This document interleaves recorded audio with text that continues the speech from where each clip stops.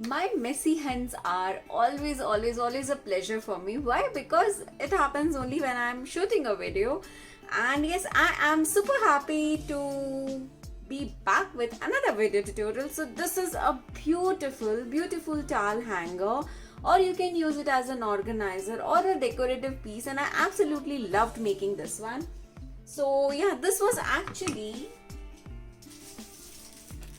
a beautiful sleeper pair like this, and I have just done one piece right now. And yes, how to convert this to this is a very simple and a very easy and a very interesting way. So let's get started. This is how the base comes. So yes, the now work we are going to do that at the end. Right now we need to stick the slipper band. So here I am taking my liquid adhesive and I'm going to stick this really well. Now while this is sticking and drying out, I need to prep up my base. So here I have taken a black color gesso. Now why did I took a black color gesso? Because gesso is something which preps up your base really well. As on MDF, if you work directly with any of the mediums, it is not going to come out really well. So you need to prep up your base with gesso. Black color, why? Because I have already planned out that how I am going to do it, how I am going to have my design on the top of it.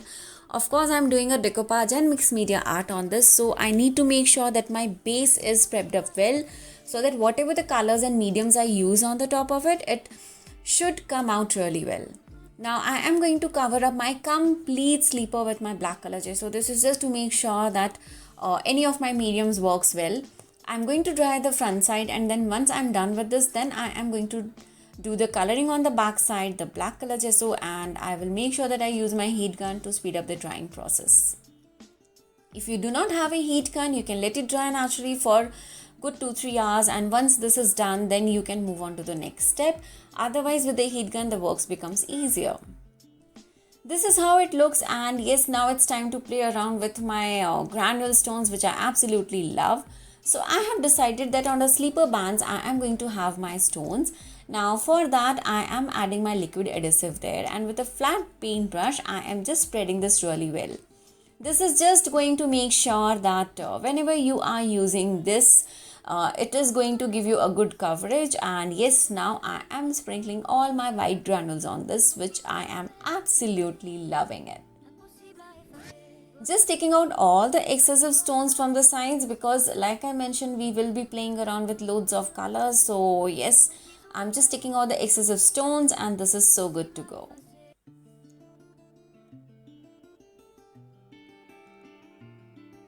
Now this is a beautiful paper which I took a printout of, and now I am going to use my Mod Podge to stick this. But now here in this project, I will be using my Mod Podge on my paper, and then I'm going to stick my paper. Why? Because this paper is a little thicker than the decoupage napkin, so it will be easier for me to work this way. Now with a flat brush, I am going to also cover it with the Mod Podge. Why? Because we are going to use different mediums on it, and Mod Podge is going to seal it for my temporary coloring work. Now this is a very important step. You need to make sure that there are no bubbles and no wrinkles at all. Now once my image has dried out completely, I am taking my nail filer, and with the filer I am going to remove all the excessive papers. If you want, you can stick it on the sides, but here I wanted to have a plain black sides because I wanted to play around more with the shimmer colors later on. That's the reason I'm removing all the excessive paper from the sides.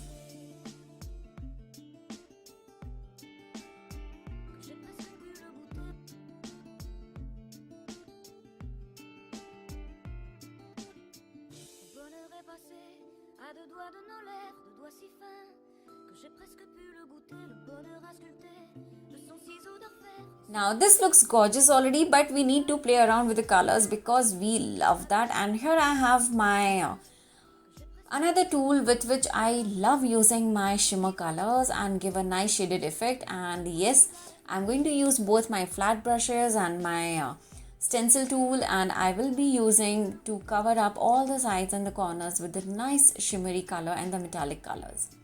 Now if you don't have the shimmer paints, you can always try out with the metallic paints. Of course, I have listed down all the supplies down in the description box.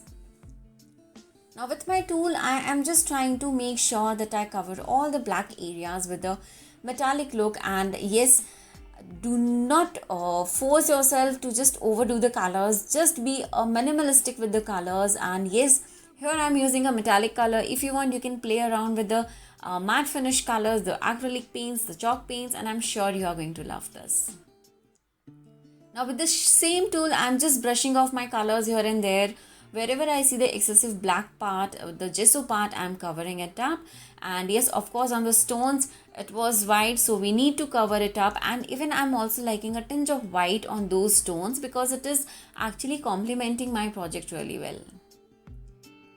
Now blending this is super easy, and I just felt that I should add some more colors here. This is going to be really interesting. So yes, you can use your dry brushing technique. What is dry brushing technique? You have your colors, you have your shades, and your brush should be completely dry. Just take a very tinge of color and do the brushing work on your project, and they look absolutely gorgeous. Now here I have taken another shade of chalk paint, that's blue color. Why? Because my lady had some nice pretty blue color shades on her dupattas, and that's going to look really good, and this is actually complementing my metallic color really well. Like I mentioned earlier, I have listed down all the supplies link and the list in the description box. Do check that. So I'm just dabbing the blue color. This is going to actually brighten up my project a little more, and this is going to highlight my metallic shade a little more here. Now with a paintbrush, I'm making the hole, and I'm going to make sure that my knob sticks really well and it is put down really well. When I say stick down, it's just, I mean that it should stick and tied up really well. And yes, once I'm done with this, I'm just going to use the same brushes. I have not washed my brushes yet, so I'm going to use my same brushes, some more metallic colors, and I'm going to cover it up. This is just to make sure that it complements my theme. It should not look odd one out, and with these knobs, they are looking absolutely gorgeous. Now for this one, I actually used my gesso, then I used my metallic color, and I'm just doing a very nice and the subtle shading work. I do not want to pop out my knobs, so that's the reason I'm doing this. And yes, of course, off camera, I did added my varnish to my complete project, and this was done. So I really hope that you all enjoyed this tutorial. If you guys have any query, please do comment below. I will be more than happy to help you all. Thank you so much for watching. Take care. Bye-bye.